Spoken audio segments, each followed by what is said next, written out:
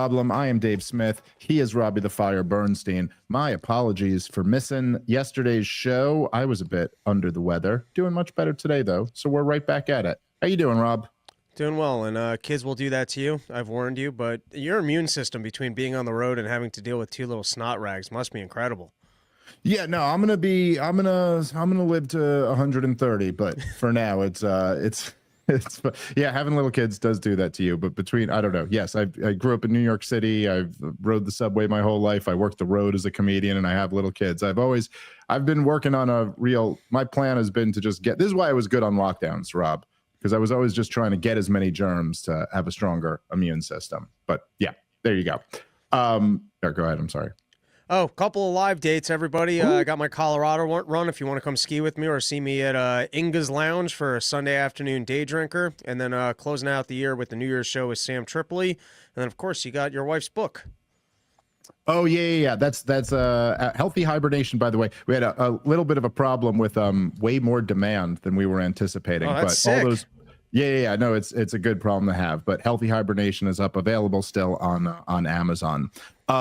Okay, so there's a bunch of stuff I want to talk to. This is one of those days, sometimes we have, these shows where there's just a lot of stuff to get to. And then of course, the timing of our last episode of the week, there's always the biggest gap between that and then the first episode of the next week. And then we missed yesterday's show. So there was a particularly big gap. So there's a lot of stuff to talk about. I do want to lead with an important correction from the last show that I really must make. What I said in our last episode, and I don't know, listen, I do not often do this, but I just got this wrong and thought I remembered reading something I didn't read. But I said a couple times in the last episode that Pollard was at the White House, and that was not right. I thought I had read that initially, and then I'd read a bunch of other articles, and then I went back and realized I just invented that in my own mind. So sorry about that, guys. Brain fart, it happens. Yeah, there you go. The week after Skankfest, take news is 50% accurate before we return to our normal schedule. Well, I tend to be a bit better than that, but yes, no, Pollard was not at the White House. Pollard, it was him and Huckabee meeting at the American Embassy. Everything else in the rant, though, was spot on. It was really just that detail, but I should correct that. All right.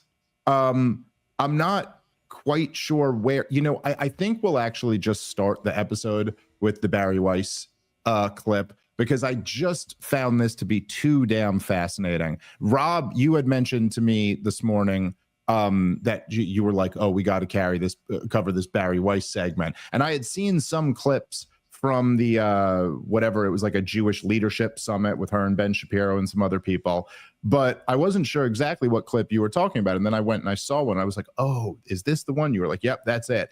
And I was like, man, it's like every sentence I feel like we could have an entire episode responding to.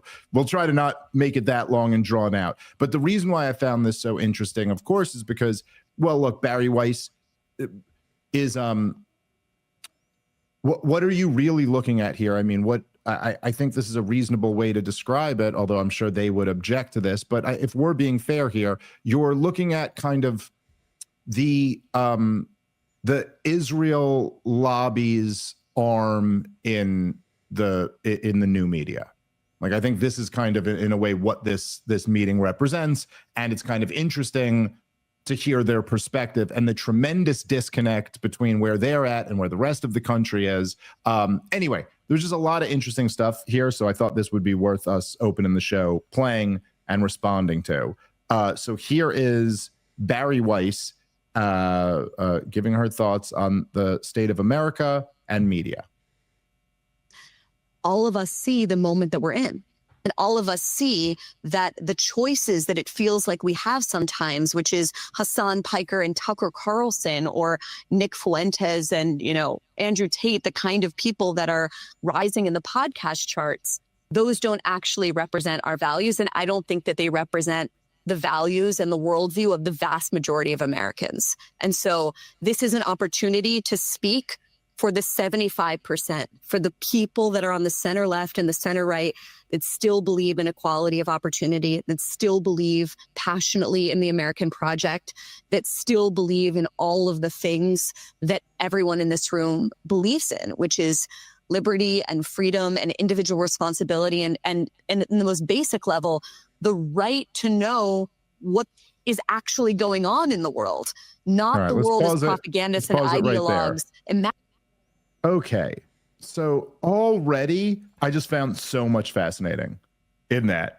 And maybe I'd like to get your take on this too, Rob, because I just find this to be, first of all, there's an interesting, before we even get into the empty values that she's talking about at the end, and I must say I'm kind of jarred at someone saying the right to know what's actually going on. Like, man, does that right not presuppose quite a bit?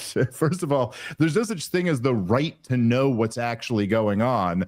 And of course, this is like some crazy level of Orwellian newspeak where like, wait, what? Who is the dictator of what is actually going on? Who's the arbiter of what that really is? And how, if we have a right to really know what's going on, do we then have a right to not be misinformed about what's going on? And now who gets to make that, determination? All these things don't make any sense, really. All you could ever really have is like a marketplace of ideas and allow people to determine for themselves what they think is really going on. But there's this thing that people do.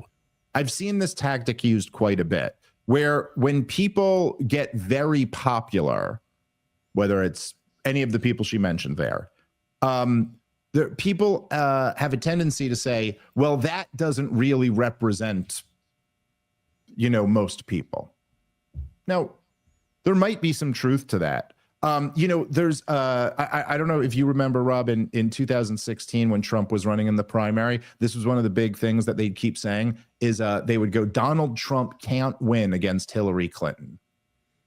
He can't win. And he'd be up by double digits in the, he'd be taking 60% while the other 11 Republicans split the remaining 40%. But they'd all still say he's unelectable. And then Trump would fire back and he'd go, well, if I'm unelectable, then you're really unelectable because you're, like he said that to Ted Cruz at one point. If I'm unelectable, then you're really unelectable because you're 20 points behind me. Now, it is possible, by the way, that both those things could be true. Like, it is possible that Donald Trump could garner way more attention, or he could be way more favorable amongst Republican voters, but turn off independents and swing voters so much that it actually isn't the way to go, or something like that. But it seems like people just assert that without even an argument attached to the latter part. Like, I'm not saying that isn't possible, but the assumption would be, at least the default would be, well, if you're up 20 in the primary, you're probably more likely to win than the guy who's down 20 in the primary. Likewise, Bari Weiss could say, hey, Tucker Carlson, maybe Tucker Carlson gets, millions more views on his show than I do on any of my podcasts, but I think there's more people in the country who would be turned off by him than agree with him. Like, that could logically be true, but you'd have to have an argument for why you think that is, because the only numbers we're going based off here are showing that he's way more popular than you. Like, you know what I'm saying? So it's like a weird thing to deduce from the fact that he's way bigger than you and Ben Shapiro, that therefore he actually must be more unpopular. And I'm certainly not saying that the 75% that she's just pulling out of her ass and saying these are the people who will support us rather than you. It's not that I'm saying they all agree with Andrew Tate or Nick Fuentes or Tucker Carlson or Candace Owens or whoever. But the fact is that, and this is where I think there's like a real disconnect. And I say this really not in a hateful way, just to be clear. But like, Rob, Bari Weiss is a Jewish lesbian. Now, there's nothing wrong with being a Jewish lesbian. I'm a libertarian. I believe in everybody's rights, and I'm a Jewish libertarian. I got nothing against Jewish people, and I believe lesbians have a right to be lesbians. But there is something a little funny to me about a Jewish lesbian explaining how you don't have the same values and priorities as us Americans. When you're like, what percentage of Americans actually share your values? Like, what percentage of Americans are represented by the Bari Weiss worldview of like Loyalty to Israel is first and foremost what's important. Also, I'm a liberal lesbian who's against wokeism and kind of like honors the old tradition of the 90s. Like what percentage of people is this actually representing? Because it damn sure ain't 75%. And I think one of the things that these guys are figuring out, and they'll do anything except confront this reality, is that actually, like, look, Ben Shapiro and Bari Weiss and the rest of these commentators in the Israel lobby, they are animated by a support for Israel. Now, they will, if a non-Jewish person says this, they will say that that is an anti-Semitic slur, but it's also just undeniably true. Undeniably true. Like, they are animated by this cause, which is the Jewish state, which is located in historic Palestine, halfway around the world. That is not true for 75% of the American people. And so, at least on the very basics of what you're talking about here, I actually don't think that most of the people are with you. That seems undeniably true. All right, guys, let's take a moment and thank our sponsor for today's show, which is The Wellness Company. We've all heard the studies. Testosterone in young men is drastically decreasing every decade. One major study in the Journal of Clinical Endocrinology and Metabolism found a healthy 22-year-old in 2000 had double the testosterone of a 22-year-old in 2025. So if you're in your 30s or 40s or 50s, you might want to check this out. Mars from The Wellness Company, a doctor-formulated nutraceutical designed to restore vitality without synthetic hormones or stimulants. Any thoughts you have, Rob? I just hear pure censorship dribble and the same thing I've heard 1,000 times, which is, oh, everyone got the vaccine. I actually represent 75% of this country, right. And don't be fooled by how popular Joe Rogan or Tucker Carlson is. Yep. That's not actually what the marketplace wants, and that's why I just got this huge sum of money, and it's to produce the news that people actually want. Right. All right, fine. Don't do the censorship part and see how many people actually want your news and opinion, and if it's true that you actually represent 75% of this country. I just hear a pure new pitch for censorship of I actually am what everyone's looking for and I'm bringing them the honest news. Bullshit.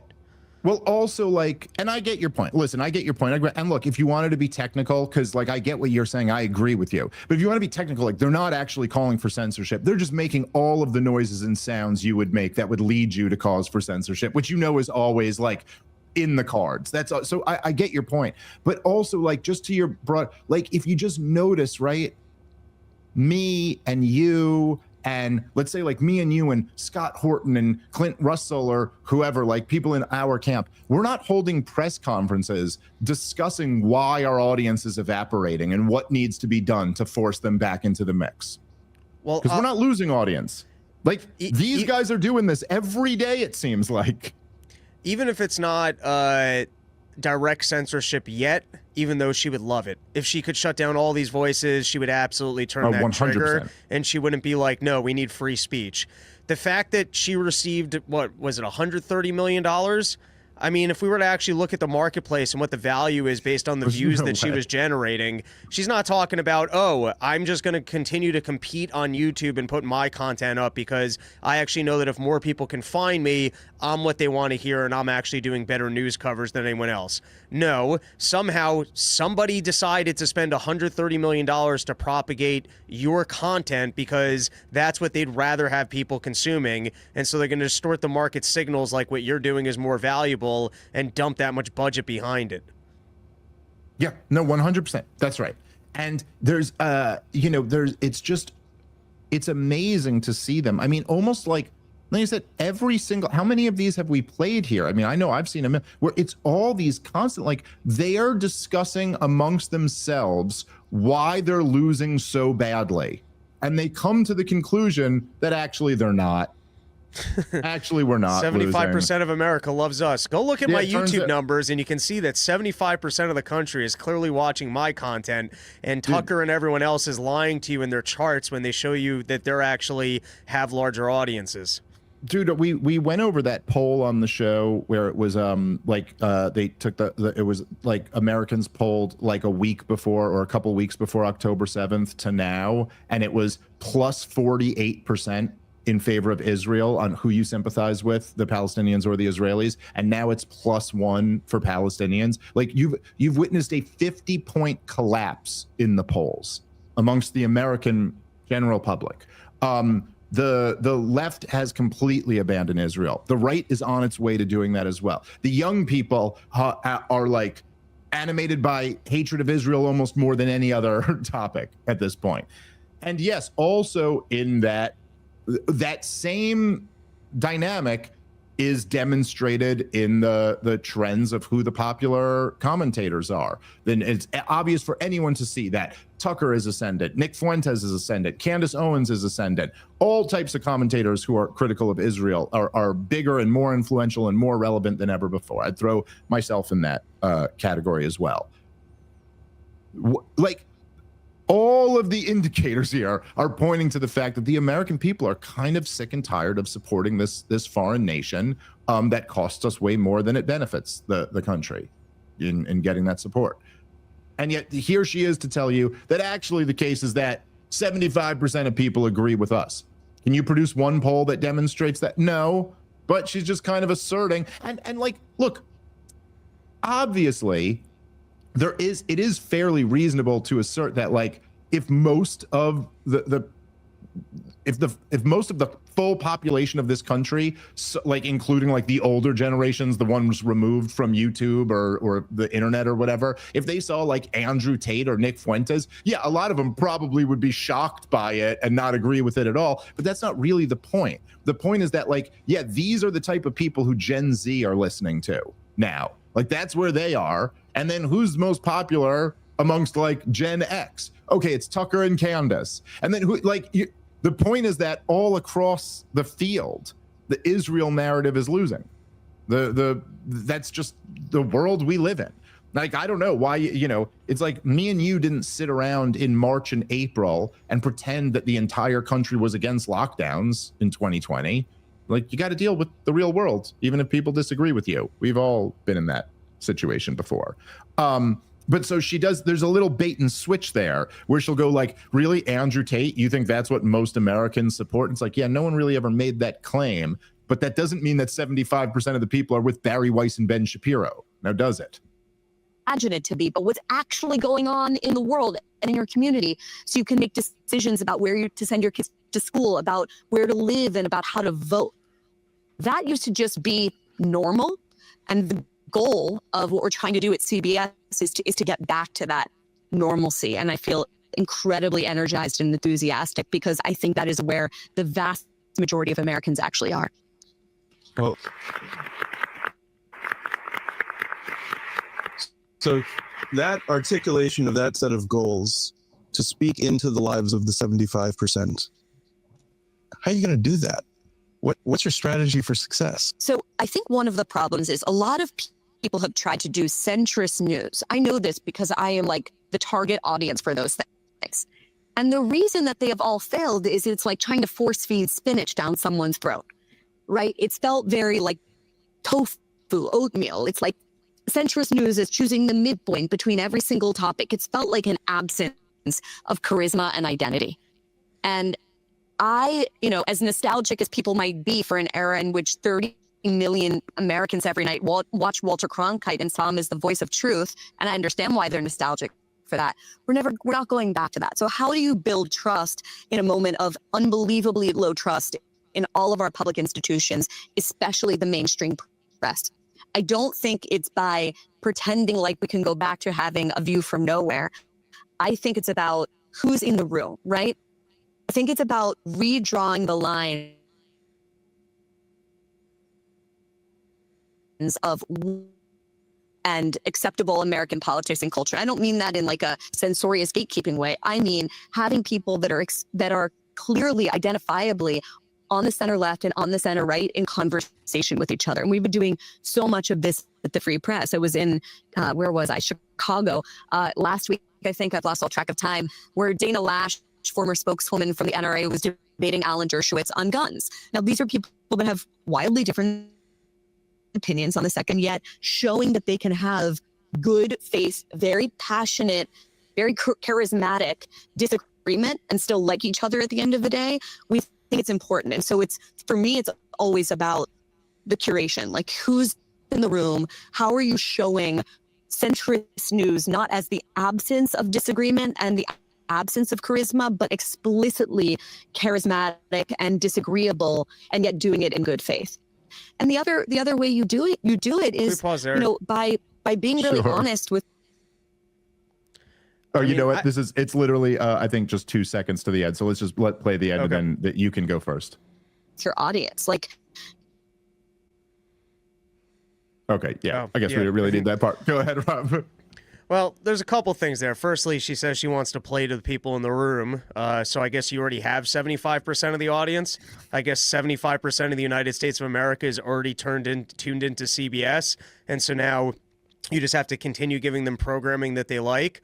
But what really captures me more is she's basically talking about, well, if we can limit conversations to fake disagreements between people that we already approve so that people within a narrow lane will stay within that narrow lane, then that's how we're going to get a wider audience. Firstly, you're contradicting yourself of, oh, how am I going to reach this wider audience? You're proclaiming that they're already tuned in. And two is you are describing a kind of censorship worldview where on CBS we're going to make sure that pre-approved characters stage fake fights over things within a narrow lane of what they're allowed to disagree upon.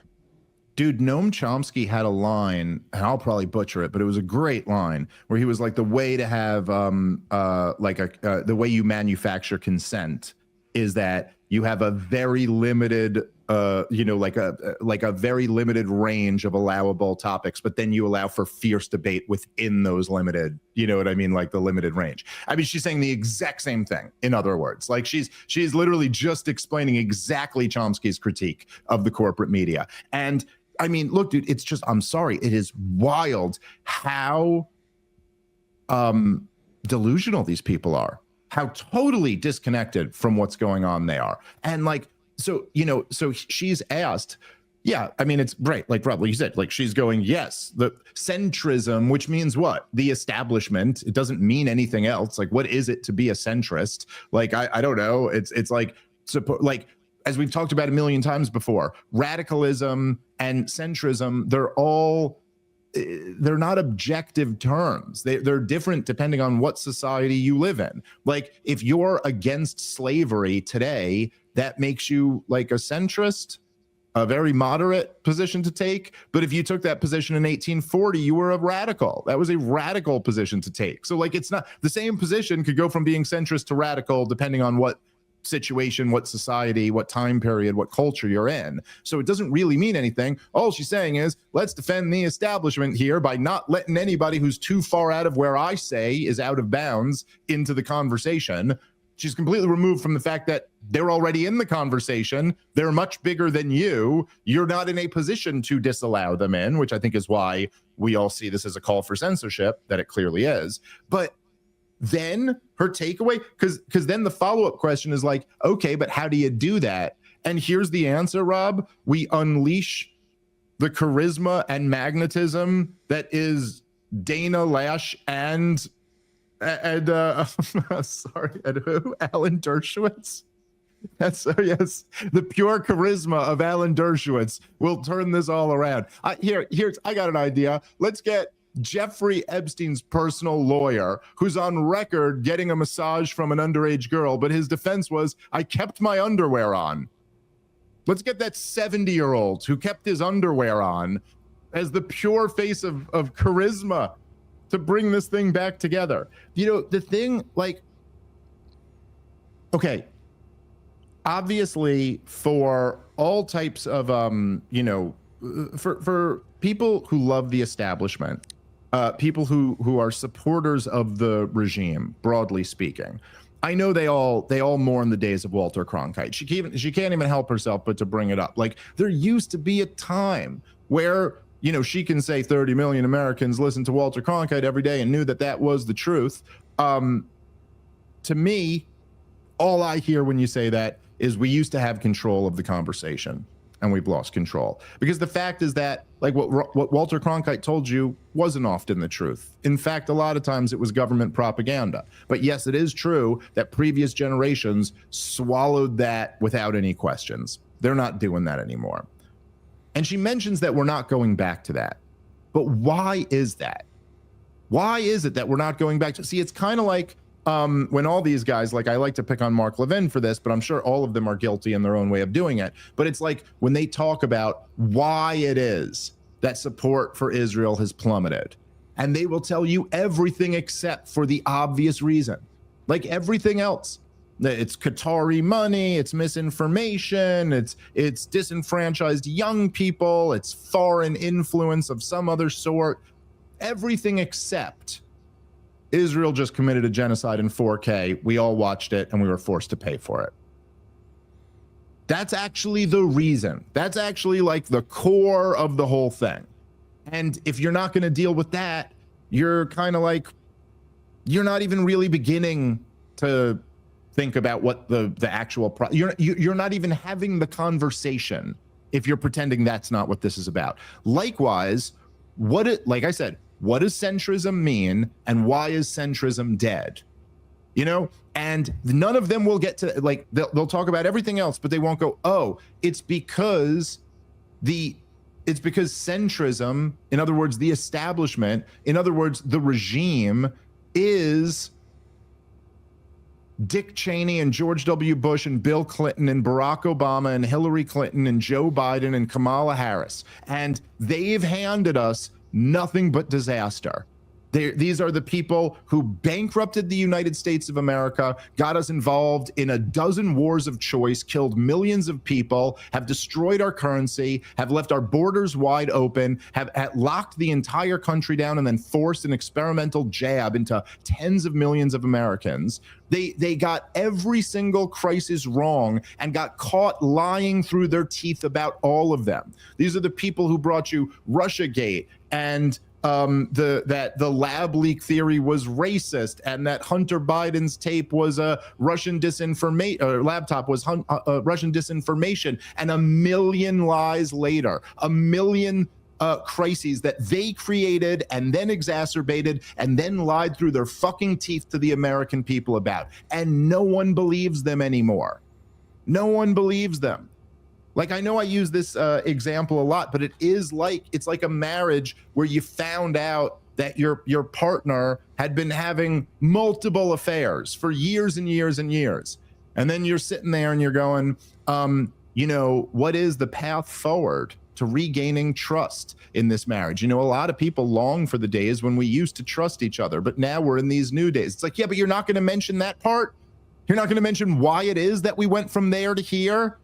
Like, if you're not even mentioning that, how is there any hope that you could ever put this back together? And I would venture to say, Rob, I will go out on a limb here, and I will say that I do not think the phenomenon of support for Israel collapsing in this country, I do not think the phenomenon of people like Andrew Tate and Candace Owens and Nick Fuentes and Tucker Carlson and all of these guys blowing up, I do not think this is going to be reversed by a passionate debate between Dana Lash and Alan Dershowitz, Rob.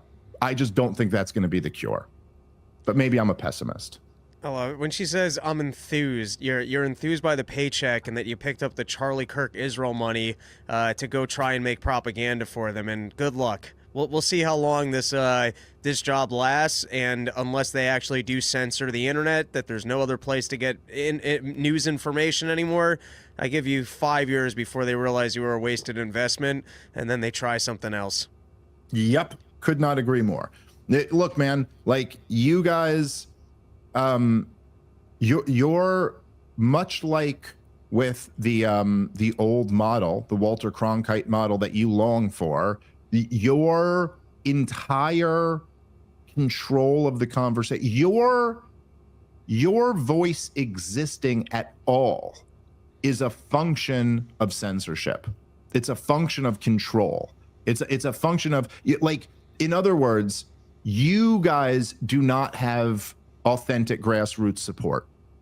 The Bari Weiss is still here because, like you said, big money swooped in and paid a ridiculously overvalued price, and then she gets put into this position at CBS. She's not here, but say whatever you will about Candace Owens or whatever you will about Nick Fuentes, they're here for one reason only, because their audience loves them and wants to hear from them. And it's not the same for you guys. That's the fact. All right, Rob, we got a few other topics that we got to get to here.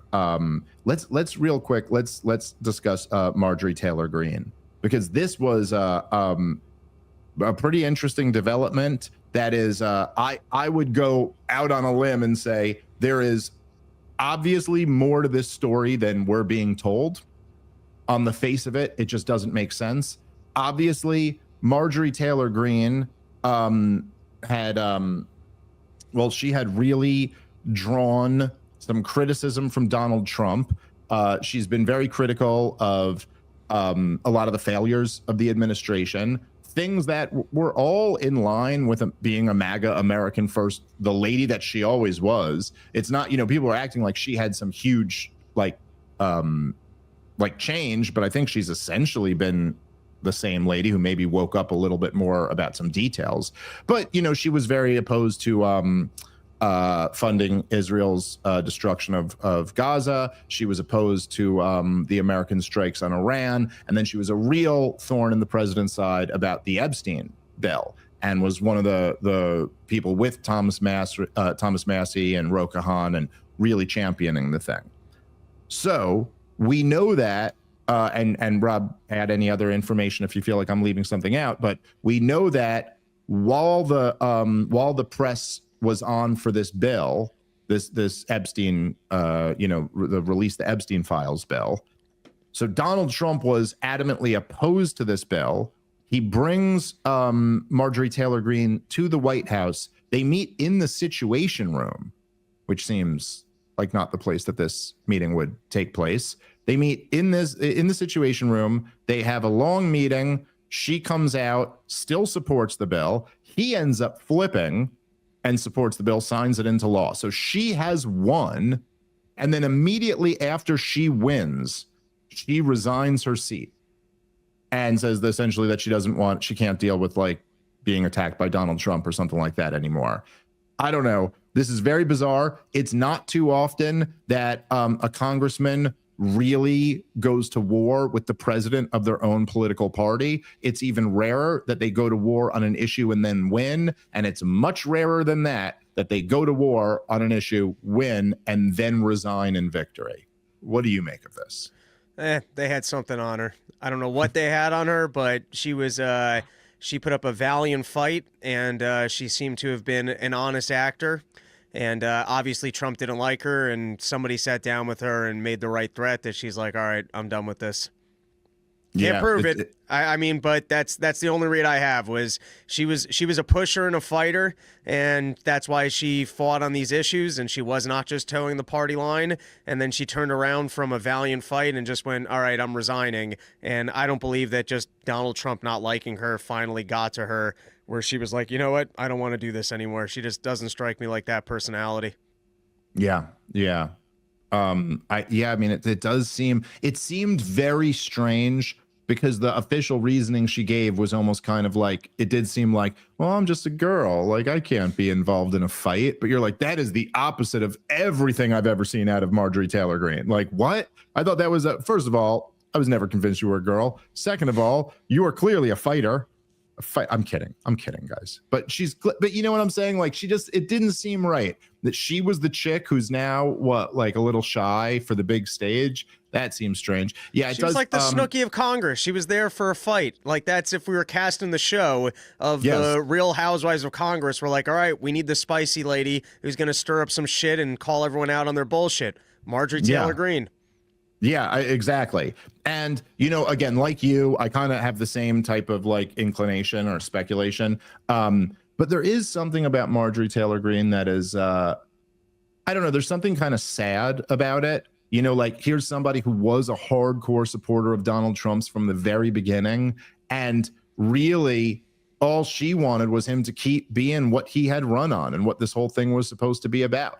And instead, he decides he's going to side with all the never Trumpers and the Israel lobby. And she was like, hey, that's bullshit, man. Like, we're supposed to be America first. And then to see her get essentially what feels like railroaded out of DC does just, it seems wrong. And I will tell you, it just, not that this obviously was already my view, but it just makes Thomas Massey's reelection to Congress that much more important, you know, because otherwise, like, all the people who stood against him end up paying a price for it. It's not good for freedom when every time there's opposition, the deep state seems to take them out. And so in this case, on this particular issue, the Epstein, she was legitimately representing the American people, and the deep state doesn't want that, and she had to go. With that said, I do think she made a fortune while she was in Congress. I think like 20 million in stock trades or something. So that might have even been the squeeze of where you're going to get the Nancy Pelosi treatment, and you've got a longer career coming.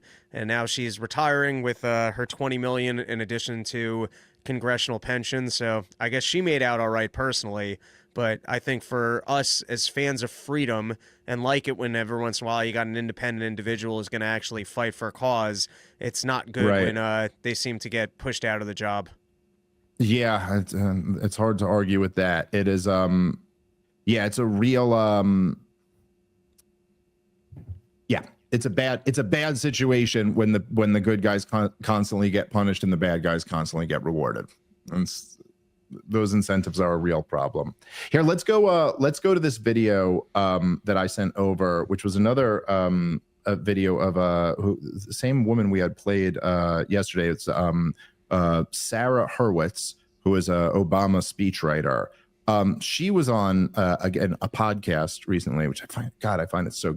It is so, I cannot explain how gratifying it is that all of these people have to go to podcasts now to get like their thing out, and then they just have to do a podcast with way less of an audience than the rest of us who are calling their shit out for it. But it really is it's on a similar theme to the Bari Weiss thing. It really speaks to just like how disconnected these people are, how much they are starting with their conclusion that they're right and then working back from there. Like, obviously we're right, that's a given. So how do we maintain our control, you know, and like never seem to like think to themselves, oh, maybe we're wrong about this. But it is interesting that she gets really into her defense of Israel here, and I thought there was something really like important about this to break down. So let's play a little bit of this clip, and then me and you will discuss.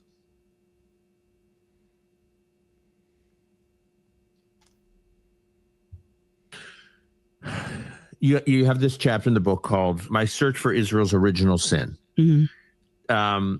So can you talk a little bit about what is Israel's original sin and your and why you wanted to search for it? So, my first book, I was talking to a Jewish communal leader, telling her about the chapters on ethics and God and Shabbat, on and on. And she looked at me and she said, and the chapter on Israel.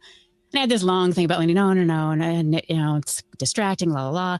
And she looked at me and she goes, well, that's a cop-out. And the truth is it was. I felt a lot of anxiety about Israel. It seemed so complicated. And I hate to say this now, but I think on some deep level, I had a feeling that there was something probably fundamentally problematic about Israel's founding and existence that if I did enough research, I would discover and I would not be able to defend. And that you would be part of the general agreement. Exactly. Like I was actually, which is just, I'm so embarrassed by this now. It is such a painful thing to admit. Sarah, this is what we're dealing with. I hear this all the time. So you're just saying it out loud from people who otherwise just say it quietly or in small, groups. As I did the research, I was like, you know what Israel is, Dan? Okay, I'm going to say something shocking and wild. Brace yourself. It's a country. It's a country. It was founded like so many other countries in the mid-20th century. Countries founded in war, partition, bloodshed. I'm sorry, it's not pretty.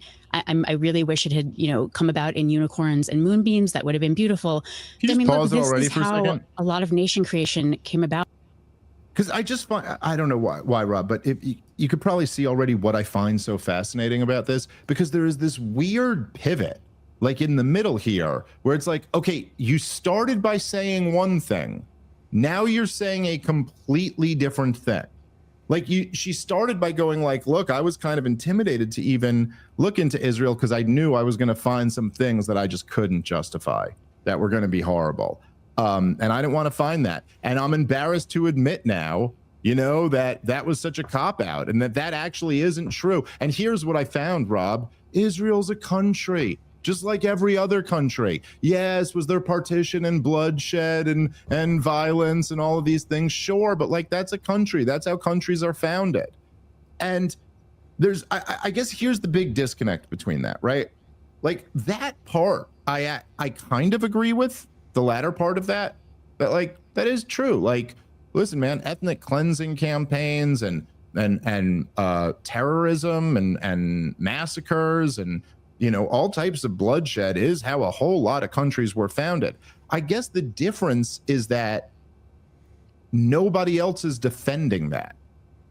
Does that make sense? It's okay, everybody, I think pretty much everybody kind of knows, if you were to say the original sin of America, you'd immediately go, okay, you're either talking about the Native Americans or the black slaves, right?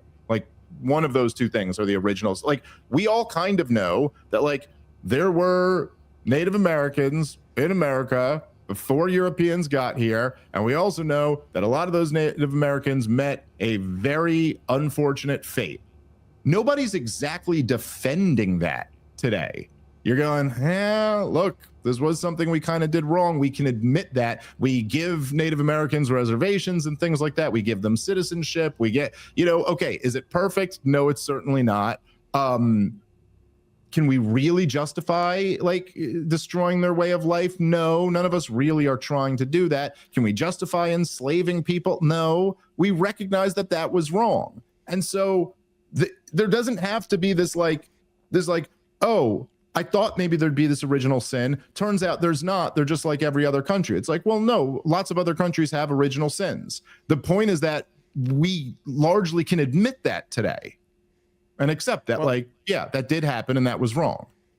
Stated a little bit differently. Let's say tomorrow morning I decided to pull a Peter Griffin and I took my samurai sword out of my apartment and I slaughtered all my neighbors in my building.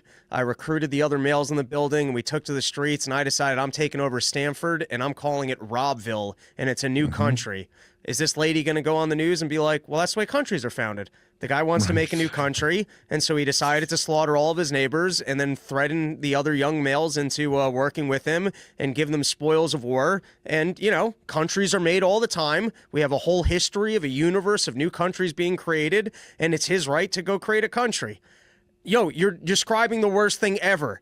And so now you might want to turn around and go, all right, listen, a lot of countries had a terrible founding, but they're here and they exist, and it might be bad the way that they were created, but it has a right to exist because it's now here as an entity, and even that's fine. But now you got one really big distinction.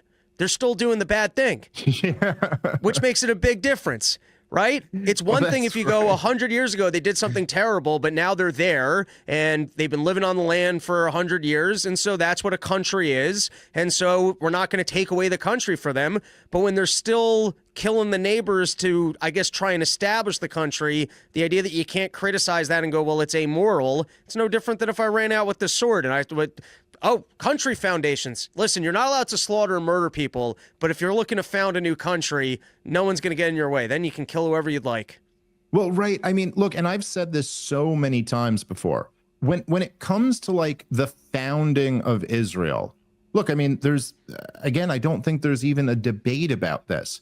Again, it always gets a little confusing because you have the tendency to say the Israelis when I'm talking about 1944, 1945, 1946, but technically these aren't Israelis, right? Because Israel isn't created till 48. So the pre-Israelis, the Zionist settlers, the Zionist militia groups, the Irgun, the Stern Gang, the Haganah, they were terrorist organizations that committed multiple acts of terrorism in order, and explicitly said this, that in order to drive the British out.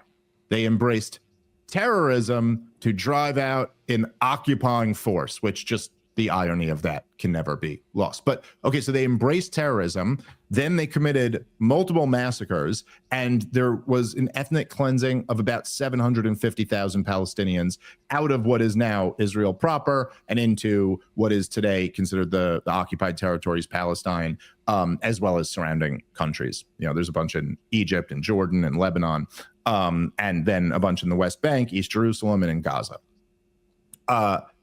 Okay. Now, are you denying that that happened, or are you not denying that that happened, right? Like, that's like first number one, because it first sounds like you're going, there was no original sin. Then you're going, it's a country just like other countries. She yada, yada, yadas, partition, and all of these things, right? What we're talking about is massacres, terrorism, and ethnic cleansing. That's what happened. And this is historically objective. So she's yada, yada, yadaing over this part to go, they're just like every other country. Now, there is some truth to that, Rob. There is some truth that it's like, hey, look, these bad things happened in the past. But the thing that I think almost every person, you know, like I like to say, everyone on this side of the Enlightenment kind of agrees is, okay, number one, you don't yada yada over that. You don't go like, yeah, there was slavery, whatever. Lots of people had slavery. Let's move on. It's like, no, there was slavery and that was horrible. Okay. Like, you can just acknowledge that. But number two, of course, to your point, like I've always said, yeah, we could have gotten past that. In fact, I would say we'd be long past that if that's where it ended. The problem really comes in 67. You know, the problem comes in 67 when Israel occupies Gaza and the West Bank, and they've occupied them ever since. That's the thing that makes it different. Like, it would be, I'm sorry, as everybody here could, I think, imagine, right?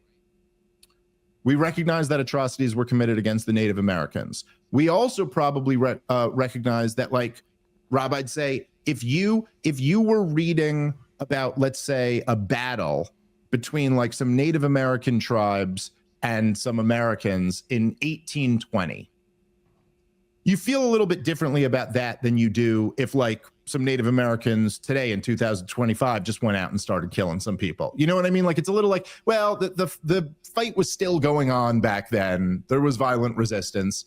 But like, what happened is that we ended up giving them citizenship, giving them reservations, giving them all of these things. They can, right now, a Native American person alive today can, at least in theory, participate in society in the same way that any of us can.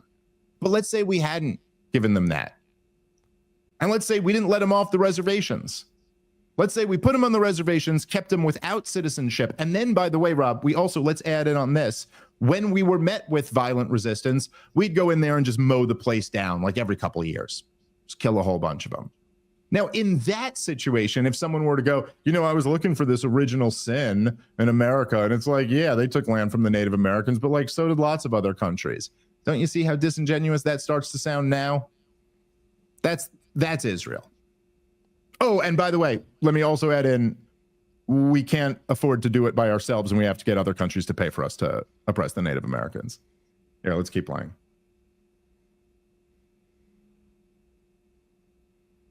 Out in the mid 20th century, in the wake of World Wars I and II, you know, countries were partitioned, divided up, and in ways that were, I think, problematic in many ways. You know, I'm not saying this is wonderful and great, but I think what struck me is that so often I think we educate our young people to think that Israel is exceptional. It's unlike any other nation, but it's actually completely unexceptional in its founding. And I think we have done a huge disservice to our young people when we have failed to educate them about how Israel is a country, and we have failed to normalize Israel for our young people. We have failed to say, like, here's a bunch of really unpleasant facts about how Israel was founded, and also those same facts apply to these other many, many countries. Let's go through those as well. You know, I wish every young person could understand that, yeah, there's some really tough, hard stuff in Israel's founding, as there was in the founding of many other countries at the time. And I think our tendency to exceptionalize Israel because we want our young people to fall in love with it, it really sets them up for failure once they hit college and they hear their first bad fact and they're like stunned. They can't get over it. And they kind of freak out and throw out the whole thing because they're immature. That's what 18-year-olds do. They just kind of flip out, and there's plenty of support for them. All right. So here's stated differently. we lie through our teeth and propagandize you that Israel's perfect. And then people come into contact with the other side of that story and they find out that you guys have been lying through your fucking teeth. Like, that's another way of saying the same thing. By the way, do you think, and I think this is something that really drives people crazy, particularly about Jews who defend Israel in this manner. And I think if you wanna look to why there is such a, what they call a rise in anti-Semitism, Rob, I think this is a major contributing factor, okay? Yeah, this woman is an Obama speechwriter. She's a liberal Jew. Ostensibly, in any other field, she would be committed to equal rights. She would be against genocide. She would be against ethnic cleansing. However, she carves out this one area where, like, my point is the double standard is obvious, right? Do you think for a second, if this woman was talking about slavery or Jim Crow or something like that, that she would say things like, yeah, look, that was not great. And yeah, you know, a lot of people, I guess maybe they had this expectation that America was perfect. And yeah, look, there's non-perfect stuff and they're not great, but there's a lot of countries, you know, and a lot of countries have had racism and have had, would she ever talk about America that way? Would you talk about any other country? Would you talk about any other like horrific chapter in human history with such kid gloves and always advocating on the, you know, like, and I just think that this double standard is like too obvious now to people. First of all, again, if you really want to play this game, then fine, but there's no way you come out of it winning. I mean, if you want to say, hey, look, we've been educating kids that Israel is exceptional and they're perfect and they're the most moral country in the world, when in fact, they're a country and that comes with all the messy business of being a country. Like, okay, all right, fine. Now, again, you have to ignore a whole lot of other stuff like occupying your neighbors and keeping them stateless, citizenless people for 60 years. Actually, isn't that normal? There's not too many countries you could point to. There's none who we give financial aid to who do that. Like, what, I don't know, name me the example. What other Western society do we, you know, like that also gets to claim we're a democracy and we're like, that's actually not that normal. Israel has, in the last 2 years, Israel has destroyed Gaza. They have repeatedly attacked the West Bank. They have bombed Lebanon and Yemen and Syria and Iran. I feel like I'm missing one. But okay, that's like it's actually not that normal for a country to have attacked 6 or 7 of its neighbors in the last couple years. But I guess even more fundamental than that is once you're saying Israel's a normal country, well, then what obviously follows, Rob? Well, then how come we don't treat them like a normal country? It's not normal to have your politicians worship another country above their own. It's not normal for you to give another country more foreign aid than any other country's ever received. It's not normal for the president of the United States to openly admit that his biggest donors are more loyal to Israel than they are to the United States of America. None of that is normal. So, like, I think if you want the defense of Israel to be like, hey, they're just a normal country, you got 2 major problems. Number 1, they're not. And number 2, we damn sure don't treat them like a normal country. You know, I'm fine with that being like the compromise position. Let's treat Israel like a normal country, but then they got to start acting normal and we got to treat them like a normal country. Obama's somewhere right now smoking a cigarette, having just got plowed out by Big Mike going, bitch, it sounded better when I said it. Yeah. I'm sure he's like, why is my name affiliated with this loser?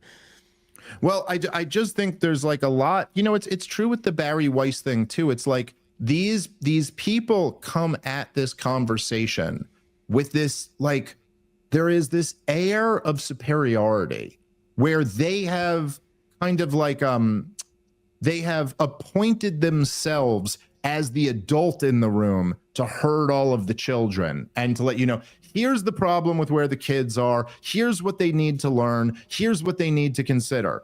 Where in reality, you guys are the ones with glaring holes in your logic. Like that entire rant was incoherent. It started at one place, went to a complete contradiction, and then missed the entire point. And there is something that I think a lot, by the way, this is something that a lot of Jewish Zionists are guilty of doing, where they immediately, it's almost like it does seem to be this like superiority where they say, my role is to get in here and be the educator. I'm here to reel this thing back in. How about this? How about this radical idea? You're just an equal with all the people you're talking about.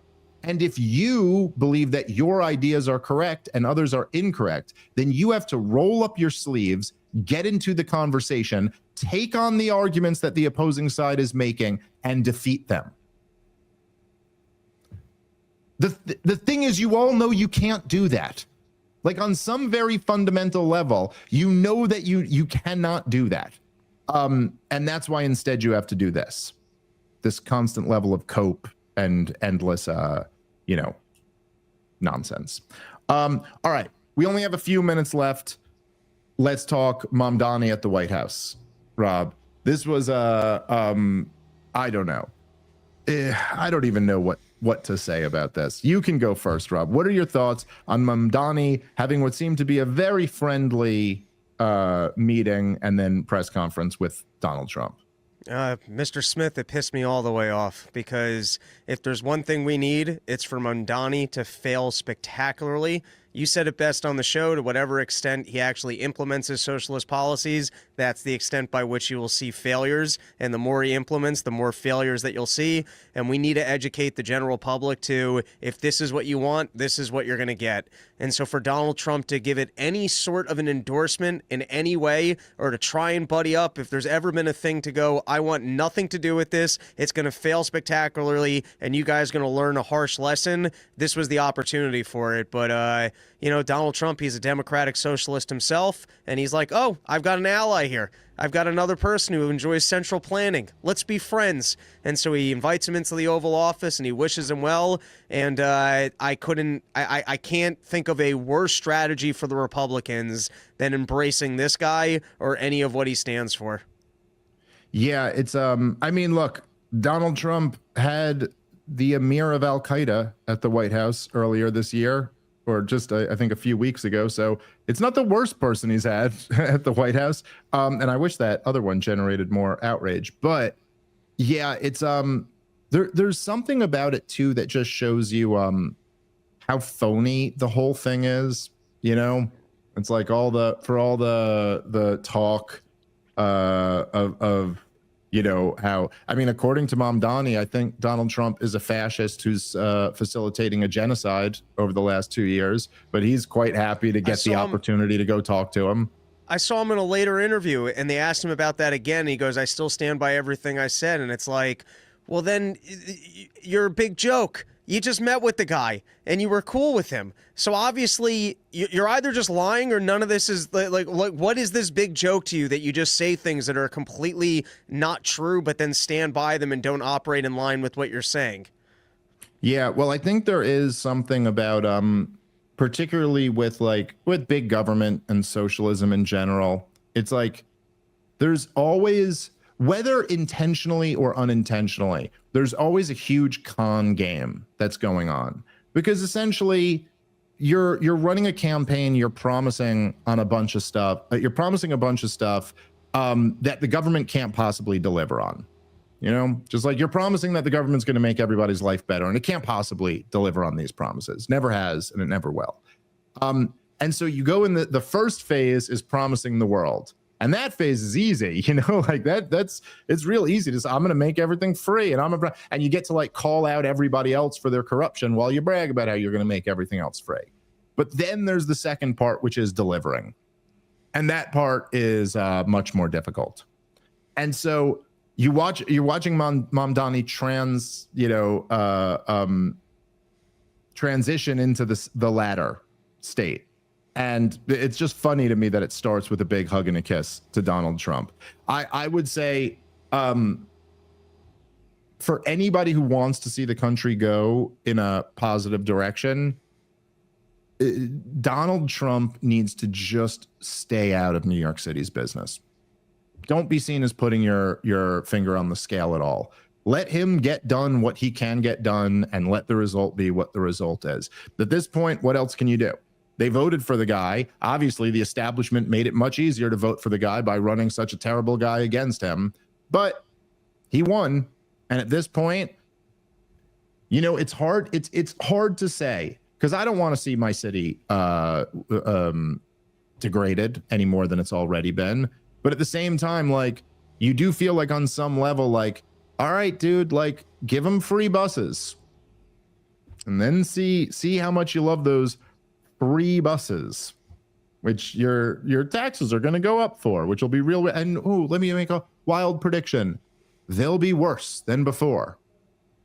Like, so like at some point you're like, you do have to have some of this. Like, you have to get some of it and see how bad it is. Otherwise, what positive can come out of this? Last word to you, Rob, and then let's wrap up. That's it, man. We'll be back tomorrow, I think, or Thursday. Yep. Tomorrow, brand new episode tomorrow. See you then. Thanks for watching. Peace.